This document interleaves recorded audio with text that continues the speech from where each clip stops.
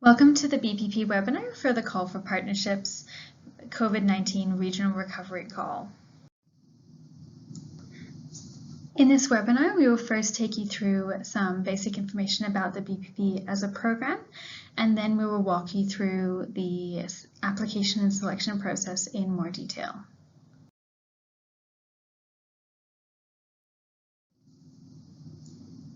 The Business Partnerships Platform is a program designed to support partnerships between the Australian Department of Foreign Affairs and Trade, which we will refer to as DFAT, and inclusive businesses who aim to create both development impacts and sustainable commercial returns through their core business operations. This slide gives you a sense of the impact that has been created through the BPP portfolio to date.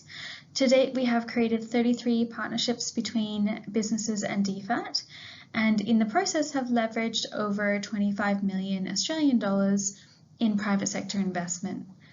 This has impacted over 5 million people, mostly low-income consumers who have improved access to products and services, and has created improved job opportunities and income opportunities for over 150,000 people.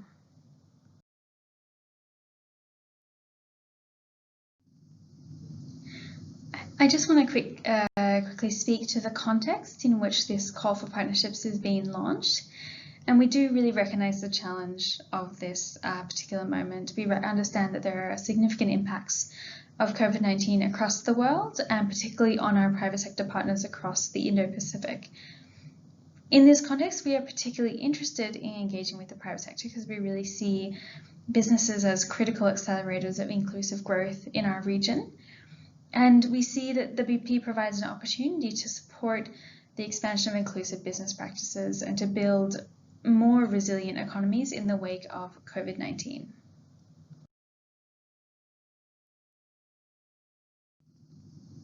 And part of the reason that the BP works to try to embed partnership with the private sector into the development program more generally is that it recognizes that there are many challenges for the private sector across the region currently, challenges including capital that is needed to reestablish markets and value chains, and support that's needed for businesses to extend their interest in the region and to diversify their supply chains. And the reason that Australia wants to work with businesses to achieve the development goals is they believe that in partnership and leveraging private sector expertise in finance, we can hope to achieve economic recovery, poverty reduction, and sustainable growth in the region.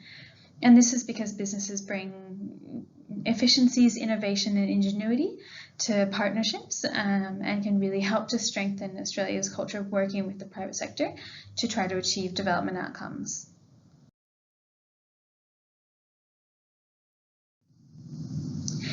In doing so, the BPP hopes to offer value to businesses through their partnership with DFAT, including connection to DFAT networks and connection to DFAT expertise, including in social impact, reporting and capture, gender, and safeguards, as well as catalytic funding and DFAT's national and global recognition.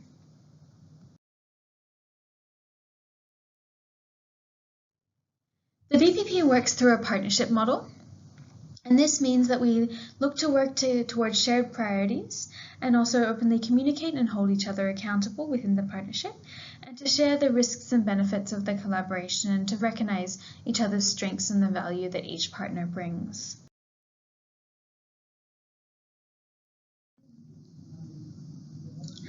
The way we do this in partnership is by setting up collaborative work processes using a framework to support the partnership. This recognizes the skills, expertise, and resources that all partners are bringing to the partnership and helps to support equitable relationships.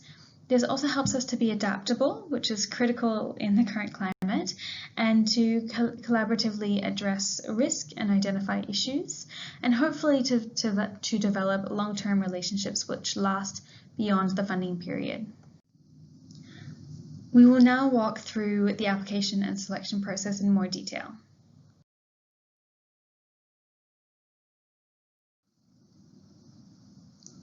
This slide gives you some basic eligibility information about the call for partnerships. So the call for partnerships is really looking to co-invest with businesses across the region in line with the principles that we've just outlined. So the particular opportunity is the opportunity to partner with DFAT to scale a business initiative for social, environmental and commercial impact, and to receive funding to do so of between Australian $100,000 and Australian $500,000. The program is a co-investment program, so this means that businesses or other organizations that apply to partner with DFAT must commit to matching or exceeding the funding that they request from DFAT through cash or in-kind investment in the initiative. This can be done through one contribution from, for example, a business, or it can be done through various contributions from various different organizations who are involved in the partnership. Successful partners under the BPP will be supported also in other ways, including through the services of independent partnership brokers, and can also have access to the services of business advisors, gender advisors, and inclusion advisors. So who can apply to the regional call for partnerships? Businesses can apply on their own to partner directly with DFAT, or they can work with other organizations such as NGOs and apply in consortium to partner with DFAT. The important thing is that businesses and their partners are able to operate in the countries in which they apply for, and that they're registered with a business accreditation body or another recognized body. There also must be at least one business or commercial entity in each partnership. DFAT will also undertake a due diligence process before entering into a contract with successful partners, and partners should be confident that they can comply with and successfully complete this process. The BP Call for Partnerships is looking for business initiatives that are to be implemented for a period of between 1 and 3 years, and initiatives should have a start date of between the 1st of April and the 30th of June 2021.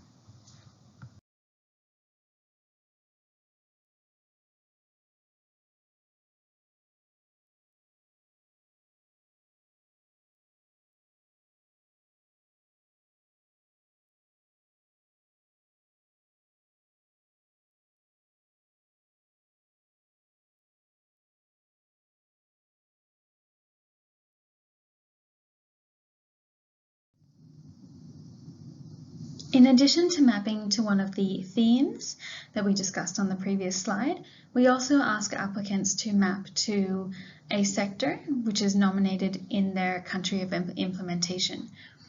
Applicants may apply to more than one sector, should there be a crossover with their proposal. However, applicants must select at least one sector to map their proposal to.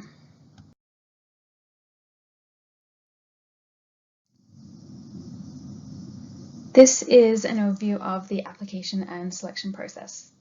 We recognize that everyone's time is very valuable, and so have designed a two-stage application process. The first stage is a relatively light touch concept note submission. And following this, shortlisted applicants will be invited to meet with DFAT and to discuss their concept note in more detail.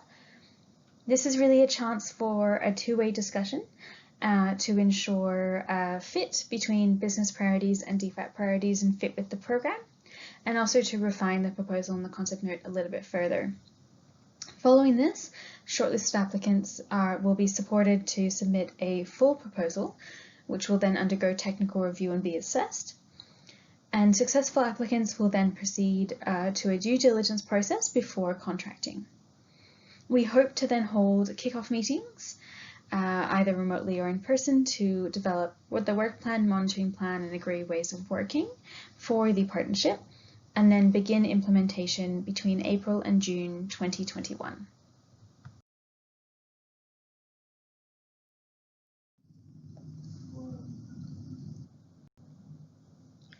This is an overview of the selection criteria, noting that these are explained in much more detail in the applicant guidelines, which are on the BPP website.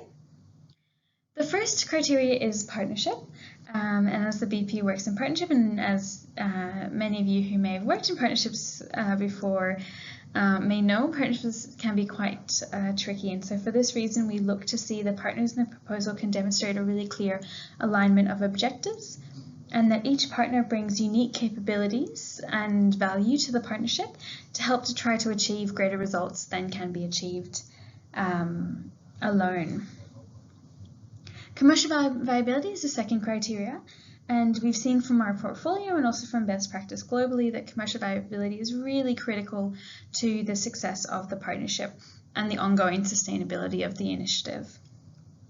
Social and environmental impact looks at how products or services can improve conditions or livelihoods for consumers, improve productivity of supply chains, support adoption of inclusive business practices, and support climate change adaptation or mitigation.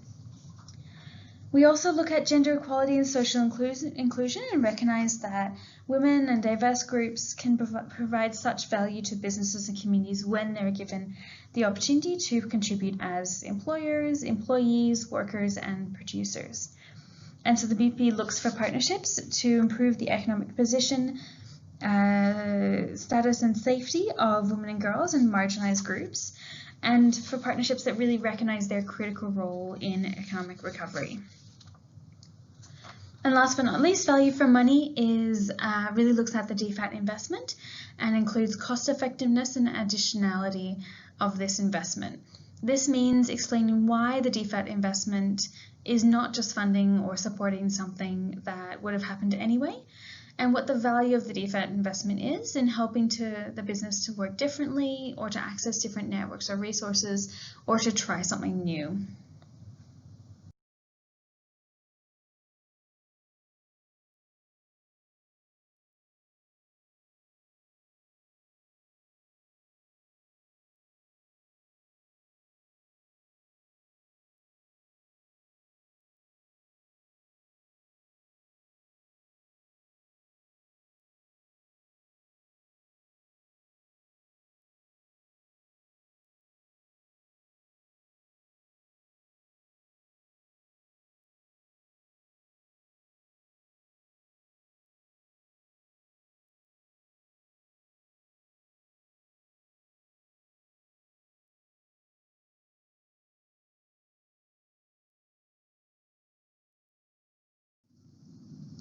On the second page, we are looking for a profile of the different partners involved in the initiative and the unique value or contributions that they each bring.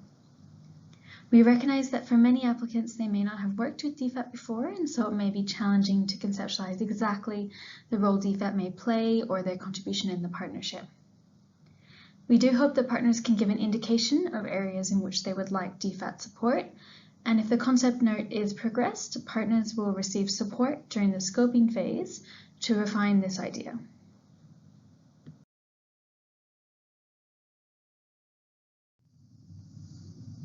On the third page, we're really looking for an outline of the commercial and social impact of the proposal. So this means a really clear business case for the proposal, indicating that partners have really done their research and are very confident in the initiative's place in the market, and that the initiative will be able to generate income or revenue. There is also this is also where we look for a clear argument for why DFAT funding is needed. So that's that value for money or additionality criteria. And also an understanding of how the initiative will benefit diverse groups of people, be that consumers, suppliers, workers, employees, people in the community, and also how the initiative might help the business to improve the market around them and to improve business practices.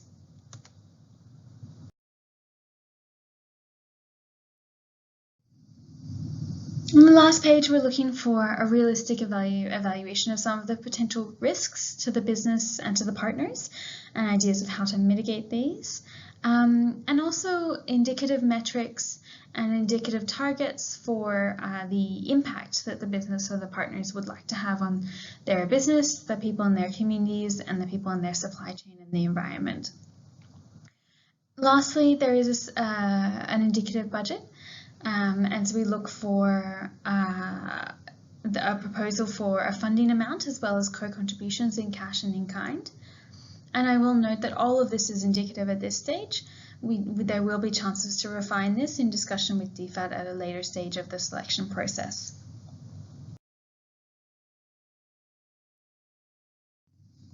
We have had a lot of questions around co-contributions, and so I just want to spend a bit more time on it in these next 2 slides. Co-contributions can be in cash or in kind. Cash is defined as the funds provided by the applicant organisations for the purpose of undertaking the BPP initiative, and they must be directly relevant and specific to the proposed initiative and essential to accomplish the objectives of the initiative, and they must represent a cost of some sort to the organisation. In-kind contributions are the non-monetary inputs that are committed by the organisations, and common examples of these include pre-existing staff hours, facilities that are used, equipment and services that are provided by the organisation from its own resources. I will note that costs that are not directly related to the BPP initiative or that are funded by other donors or governments cannot be counted as part of the partner contributions.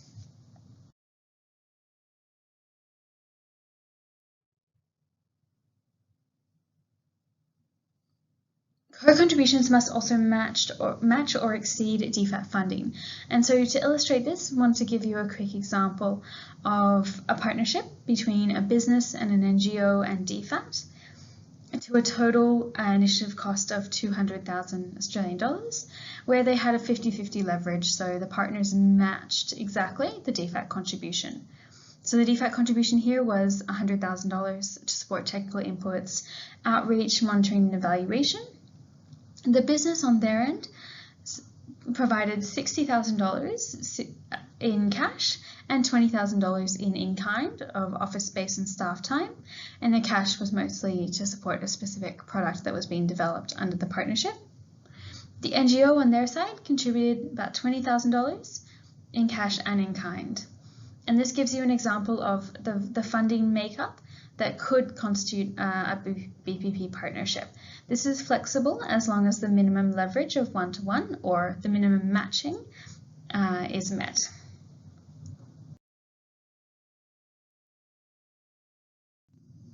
And the last stage of the application process is screening questions on Smarty grants. These are used in preparation for due diligence, which is a process that the BP undertakes on potential partners as a risk management tool. Screening questions at this stage of the application are not scored, but they're designed to support the BP to better understand the initiative and partner risk and control processes. At a later stage of the application process, DFAT will undertake a full due diligence assessment and may decide not to continue with the partnership where significant risks are raised. So what does an inclusive business look like in practice? I just want to give you a quick example of one of our BPP partnerships from our portfolio.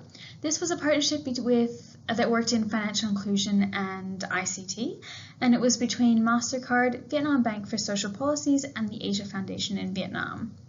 And this partnership worked to improve digital financial services for the bank's low-income consumers by developing a SMS banking system, which reached over 5 million customers. The SMS banking system benefited the bank, the business, by creating cost savings for them and cost and time savings, and improved service for the consumers by improving their awareness of their financial situation, improving their financial habits, and improving their trust in financial institutions. And this partnership has been sustained past its initial funding period, and MasterCard and the bank are now jointly developing a mobile banking platform.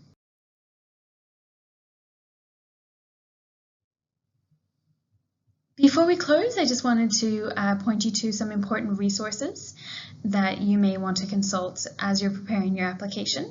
The BP website has lots of information, including information about the call for partnerships, as well as key dates, applicant guidelines, the template for the concept note and guidelines on how to complete the concept note, and as well as our entire portfolio of past partnerships if you'd like to get a sense of what the program does and who has been involved in the program prior. Then there is the BPP Smarty Grants page, and this is where you will submit your application form and also upload your completed concept note template when you're ready to apply. This brings us to the end of our webinar today. We do hope that it has been useful and has helped to clarify a few of your questions. If you have further questions, please reach out to us at the address that you see on your screen. We're here to support you in this process, and we really hope to see your applications in soon. Thank you very much.